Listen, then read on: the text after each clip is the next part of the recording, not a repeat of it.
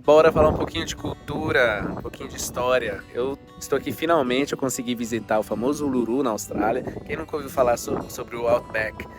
Então, existe essa rocha, né, que é uma rocha sagrada, cultuada aí há milênios pelos os indígenas australianos. E finalmente, né, quase 6 anos, eu consegui realizar esse sonho de visitar o deserto da Austrália, que é imenso. E e é claro, né? É sempre impressionante o que eu mais amo na Austrália desde que eu vim pra cá. Melbourne tem muito isso, mas essa possibilidade de você estar sempre encontrando pessoas de nacionalidade diferente, né? Essa oportunidade de estar sempre aprendendo com pessoas novas. E eu não posso deixar aqui de compartilhar uma experiência muito bacana.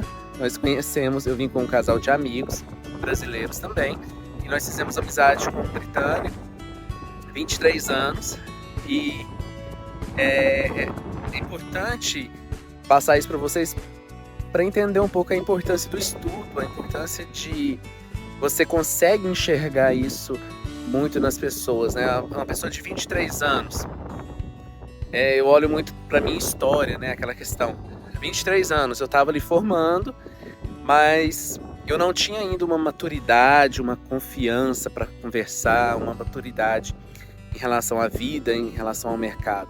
E aqui eu tenho essa oportunidade de estar crescendo cada dia. Hoje eu estou aí com meus 34 anos, acredito que evoluí muito. Estou sempre buscando, né?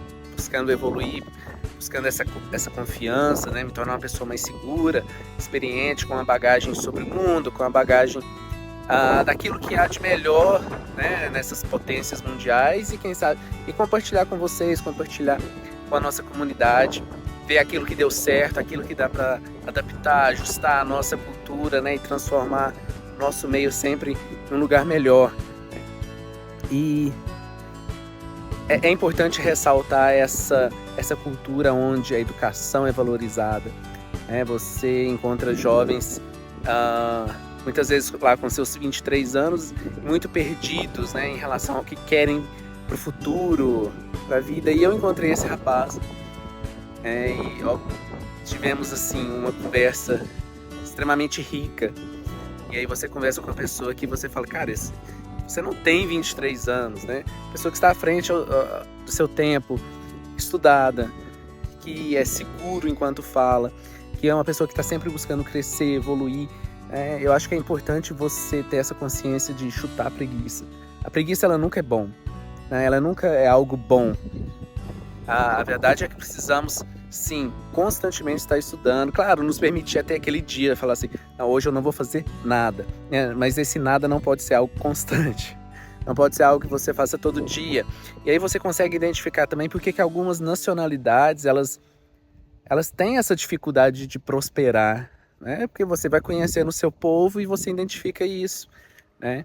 Então, eu assisti uma entrevista essa semana da Maria Fernanda Cândido e ela falou da importância que foi ir morar na França e ela entende que ela se tornou uma pessoa até mais patriota em relação ao seu país. Porque você consegue ter essa visão do lado de fora. Você sai do meio e você fala, não, agora, e você passa a ter essa visão do lado de fora. Eu já ouvi muitas vezes pessoas dizerem, você não está no Brasil, você não pode falar, e eu acho que isso é um absurdo. É um pensamento muito medíocre. Na verdade, quando você sai e você olha o que tem ao redor do mundo, você passa a pensar de uma forma diferente, menos emocional e mais racional, sobre os pontos de melhoria, sobre aquilo que dá errado, aquilo que dá certo, quando você fala sobre economia, política, né? Então isso vai se acentuando muito, você fica uma pessoa mais crítica, você reconhece os excessos, você reconhece aquilo que deve melhorar. Então, o que eu quero passar com essa mensagem é: estudem muito, se desafiem. A gente sabe que a economia brasileira, ela realmente não ajuda a você explorar muito o mundo, mas é necessário você se organizar para isso, se preparar para o mundo que está aí, se preparar para esse mundo da inteligência artificial.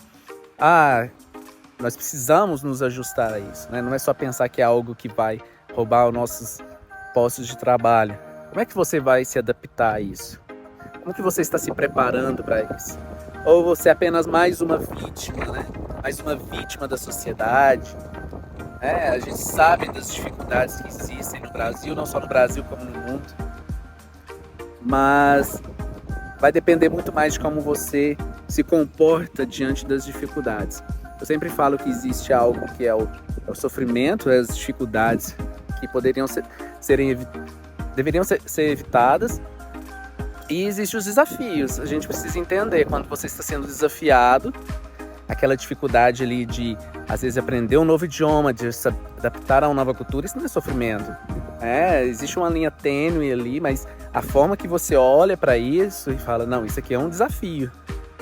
Eu preciso trabalhar no serviço manual, eu vou sofrer tentando me comunicar com o outro, porque isso não pode se tornar um trauma. O trauma, ele não é legal, ele precisa de ajuda profissional e tudo.